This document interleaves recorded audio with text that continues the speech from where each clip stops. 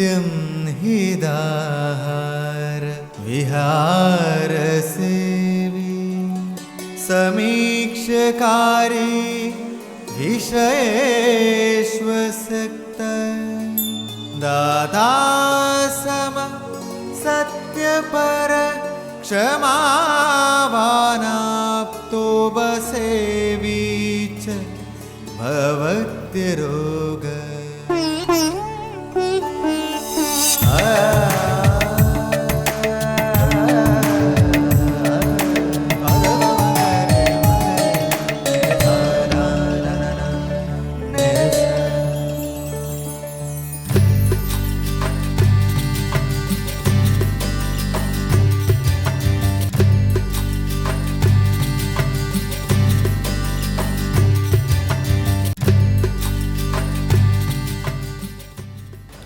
ലാഭാനാം ശ്രേയ ആരോഗ്യം. ഇത് ഒരു പഴയ സൂക്തമാണ്. ഇതിൻ്റെ അർത്ഥം നമുക്ക് ലഭിക്കാവുന്ന വരങ്ങളിൽ വെച്ച്, നാം ആഗ്രഹിക്കാവുന്ന വരങ്ങളിൽ വെച്ച് ഏറ്റവും പ്രധാനം ആരോഗ്യമാണെന്നതാണ്. ഔഷധ സേവ ആരോഗ്യം ലഭിക്കാൻ നമ്മെ സഹായിക്കുന്നു. എന്താണ് ഔഷധം? ഔഷധത്തിൻ്റെ ഒരു പര്യായം ചികിത്സിതം എന്നാണ്. ചികിത്സ എന്ന് പറഞ്ഞാൽ രോഗശമനമാണ്. രോഗശമനമുണ്ടാക്കാൻ നമ്മെ സഹായിക്കുന്ന ദ്രവ്യമാണ് ഔഷധം. ഔഷധത്തിൻ്റെ മറ്റൊരു പര്യായമാണ് ഹിതം എന്നത്. ഹിതം എന്നാൽ നമുക്ക് യോജിച്ചത്, നമ്മുടെ ആരോഗ്യത്തിന് ഹിതമായത് എന്നാണ് അർത്ഥം. മറ്റൊന്നുള്ളത് പഥ്യം എന്നാണ്. പഥ്യം എന്ന് പറയുമ്പോൾ ഒരു ഔഷധത്തിൻ്റെ പര്യായമായിട്ടാണത് പറയുന്നതെങ്കിലും ആയുർവേദ ചികിത്സയുടെ ഏറ്റവും പ്രധാനപ്പെട്ട ഘടകമായ പഥ്യ അനുഷ്ഠാനത്തിലേക്ക് അത് വിരൽ ചൂണ്ടുന്നു. ഒരു ശ്ലോകമുണ്ട്, പഥ്യേ സതി ഗതാർത്ഥസ്യ കിം ഔഷധ നിഷേവണൈഹി, പഥ്യേ സതി ഗതാർത്ഥസ്യ കിം ഔഷധ നിഷേവണൈഹി എന്ന്. അതായത് പഥ്യമുണ്ടെങ്കിൽ ഔഷധ സേവയുടെ ആവശ്യമില്ലാതെ തന്നെ രോഗം ശമിക്കുന്നു. അവിടെ ഔഷധത്തിൻ്റെ ആവശ്യം വരുന്നില്ല. പഥ്യമില്ലെങ്കിലും അതുപോലെ തന്നെ ഔഷധത്തിന് അവിടെ പ്രത്യേകിച്ചൊന്നും ചെയ്യാനില്ല, രോഗം വർദ്ധിക്കുകയുള്ളൂ എന്നർത്ഥം. ആയുർവേദ ശാസ്ത്രം ഏറ്റവും വലിയ ഒരു ഔഷധ ഭണ്ഡാകാരത്തിൻ്റെ ഉടമയാണ്. കാരണം ഔഷധമല്ലാത്ത യാതൊരു ദ്രവ്യവും ലോകത്തില്ല എന്നാണ് ആയുർവേദം സിദ്ധാന്തിക്കുന്നത്. നമുക്കറിയാവുന്ന ഔഷധം, നമുക്കറിഞ്ഞുകൂടാത്ത ഔഷധം എന്ന് മാത്രമേ ഔഷധങ്ങളെ തരംതിരിക്കാൻ കഴിയൂ. ഔഷധമെന്നും അനൗഷധമെന്നും ദ്രവ്യങ്ങളെ തരംതിരിക്കാൻ കഴിയില്ല. ഇനി ഔഷധ സേവ എന്താണെന്ന് നോക്കാം. സേവിക്കുക എന്ന് പറഞ്ഞാൽ കേവലം യാന്ത്രികമായി ഏതെങ്കിലും ഔഷധം കഴിച്ചാൽ രോഗം മാറുമെന്ന് ആയുർവേദം വിശ്വസിക്കുന്നില്ല. അതിന് ഒരു സാധനയുടെ പരിവേഷമുണ്ട്. നമ്മുടെ ജീവിത ക്രമീകരണം, അതുപോലെ തന്നെ നമ്മുടെ വളരെ അർപ്പണബോധത്തോടു കൂടി, വ്യക്തമായ ലക്ഷ്യബോധത്തോടു കൂടി ലക്ഷ്യം സാധിക്കുന്നത് വരെ നിസ്തന്ത്രമായ പ്രവർത്തനം രോഗശാന്തിക്കും ആവശ്യമാണ്. അപ്പോൾ ഇതുകൊണ്ട് തന്നെയാണ് ആ സേവിക്കുക എന്നുള്ള പദം തന്നെ നമ്മൾ ഉപയോഗിക്കുന്നത്. അല്ലെങ്കിൽ കുടിക്കുക, ഔഷധം കുടിക്കുക, ഔഷധം തിന്നുക, ഔഷധം കഴിക്കുക എന്നൊന്നും നമ്മൾ പറയാറില്ല. ഔഷധം സേവിക്കുക എന്നാണ് പറയുന്നത്. ഇനി ഔഷധ സേവയ്ക്ക് ഏറ്റവും യോജ്യമായ സമയം, ഔഷധ സേവയ്ക്ക് പെട്ടെന്നുണ്ടാകുന്ന രോഗങ്ങളിൽ അതാത് സമയത്ത് തന്നെ ഔഷധം സേവിക്കേണ്ടതാണ്. എന്നാൽ വാർഷികമായും മറ്റും ആരോഗ്യം മെച്ചപ്പെടുത്താൻ വേണ്ടി സുഖചികിത്സയുടെ ഭാഗമായി ചെയ്യുന്ന ചികിത്സയ്ക്ക് ഏറ്റവും യുക്തമായ സമയം മഴക്കാലമാണ്, പ്രത്യേകിച്ചും കർക്കിടക മാസം. കർക്കിടക മാസത്തിന് ചില പ്രത്യേകതകളുണ്ട്. നമുക്കെല്ലാം അറിയാം, മലയാളികൾ എന്നും ആരോഗ്യ സംരക്ഷണത്തിന് കൂടുതൽ ശ്രദ്ധിച്ചിരുന്നത് പഞ്ഞമാസവും അതുപോലെ തന്നെ മറ്റു ദുരിതങ്ങളുമുള്ള കർക്കിടക മാസം തന്നെയാണ്. ആരോഗ്യ സംരക്ഷണത്തിന് ഏറ്റവും അനുകൂലമായ ഒരു സാഹചര്യം ആ കാലത്താണ് ഉണ്ടാകുന്നത്. പ്രത്യേകിച്ചും ആയുർവേദ ചികിത്സയിൽ ഗണ്യമായ പ്രാധാന്യമാണ് തൈലാദികൾക്കുള്ളത്. തൈലം പുരട്ടുക, തിരുമ്മുക, ചൂടാക്കുക തുടങ്ങിയ കാര്യങ്ങളെല്ലാം നടത്തുന്നത് ഉഷ്ണകാലത്ത് പലപ്പോഴും സഹിക്കാൻ പ്രയാസമാണ്. ഏറ്റവും കൂടുതൽ അവ പ്രയോജനപ്പെടുന്നത് കർക്കിടകം പോലെയുള്ള മഴക്കാലത്ത് തന്നെയാണ്. ഒരു വൈദ്യനെന്ന നിലയ്ക്ക് ഏറ്റവും ഒരു പ്രധാനപ്പെട്ട ഒരു ഔഷധയോഗം ഞാനിവിടെ പരിചയപ്പെടുത്തട്ടെ. ഇത് പുരാണവുമായി ബന്ധപ്പെട്ടതാണ്. രാമലക്ഷ്മണ സീതാശ്ച രാവണശ്ച വിഭീഷണ ഏഭിസിദ്ധം പിവേത്ക്വാധം പുരാണജ്വരനാശനം. ഇതിൽ 5 മരുന്നുകളാണുള്ളത്. ഈ മരുന്നുകൾ രാമായണത്തിലെ കഥാപാത്രങ്ങളുമായി ബന്ധപ്പെട്ട പേരുകളാണ് ഇവയ്ക്ക് നൽകിയിരിക്കുന്നത്. ഇത് ഏതെല്ലാം ഔഷധമാണെന്ന് തിരിച്ചറിയണമെന്നുണ്ടെങ്കിൽ പുരാണത്തിലെ കഥാപാത്രങ്ങളുടെ ഒരു സ്വഭാവ നിരൂപണം ഇവിടെ ആവശ്യമാണ്. ആദ്യം തന്നെ രാമൻ മര്യാദാ പുരുഷോത്തമനായിട്ടാണ് രാമനെ നമ്മൾ വിശേഷിപ്പിക്കാറുള്ളത്.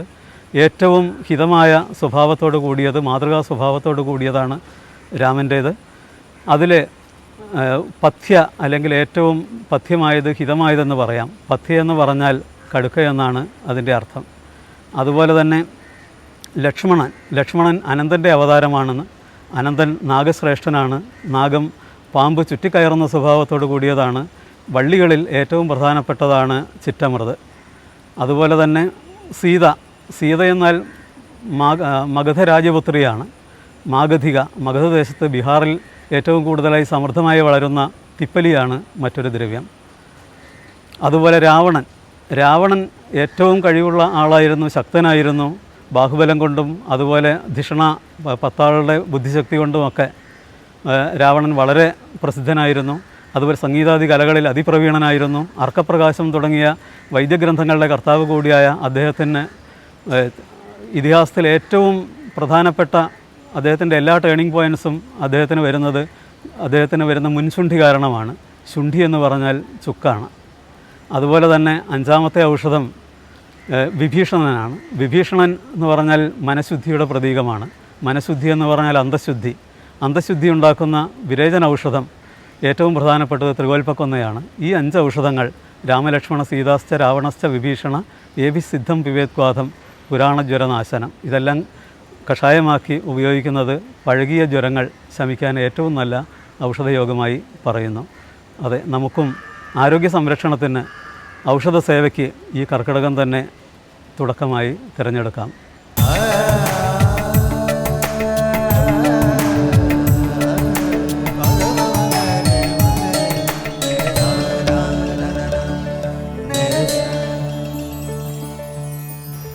പൂജാദ്രവ്യങ്ങളിൽ ശ്രേഷ്ഠയായതും ഹൈന്ദവ ആചാര അനുഷ്ഠാനങ്ങളിൽ വിപുലമായി ഉപയോഗിക്കപ്പെട്ടു വരുന്നതുമായ തുളസി ഭാരതീയ സംസ്കൃതിയുടെ പ്രതീകമാണെന്ന് പറയാം. പവിത്രതയുടെ പര്യായമായ തുളസിത്തറയിൽ ത്രിസന്ധ്യയ്ക്ക് കൊടുത്തുന്ന ദീപം കുടുംബത്തിന് ഐശ്വര്യവും സമ്പന്നതയും ശാന്തിയും തരുമെന്നാണ് വിശ്വാസം.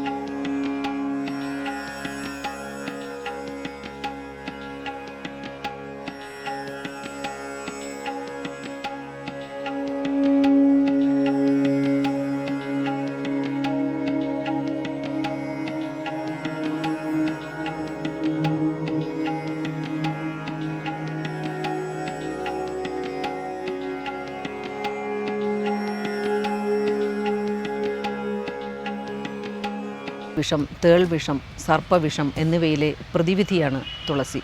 ചെവിവേദന, ചിലതരം നേത്രരോഗങ്ങൾ, മോണരോഗങ്ങൾ എന്നിവയുടെ ചികിത്സയിലും തുളസി ഫലപ്രദമാണ്. സുഗന്ധദ്രവ്യങ്ങൾ, ഷാംപൂ, സോപ്പ് തുടങ്ങിയ പലതും ഉണ്ടാക്കുവാനും തുളസി ഉപയോഗിച്ചു വരുന്നു. കാട്ടുതുളസി, രാമതുളസി, നായ്ത്തുളസി, കർപ്പൂര തുളസി എന്നിങ്ങനെ പലതരമുണ്ടെങ്കിലും ഓസിമം സാങ്ക്ടം എന്ന ശാസ്ത്രനാമത്തിൽ അറിയപ്പെടുന്ന കൃഷ്ണതുളസിയാണ് ഏറ്റവും പ്രചാരം. വിത്തുവഴിയാണ് ഈ ചെടിയുടെ പ്രജനനം. സാധാരണയായി കൃഷി ചെയ്യുകയാണെങ്കിൽ വർഷത്തിൽ 3 പ്രാവശ്യം വിളവെടുക്കാം എന്നതുകൊണ്ട് ആദായകരമായി നട്ടുവളർത്താവുന്ന ഒരു ചെടിയാണ് തുളസി. നമസ്കാരം.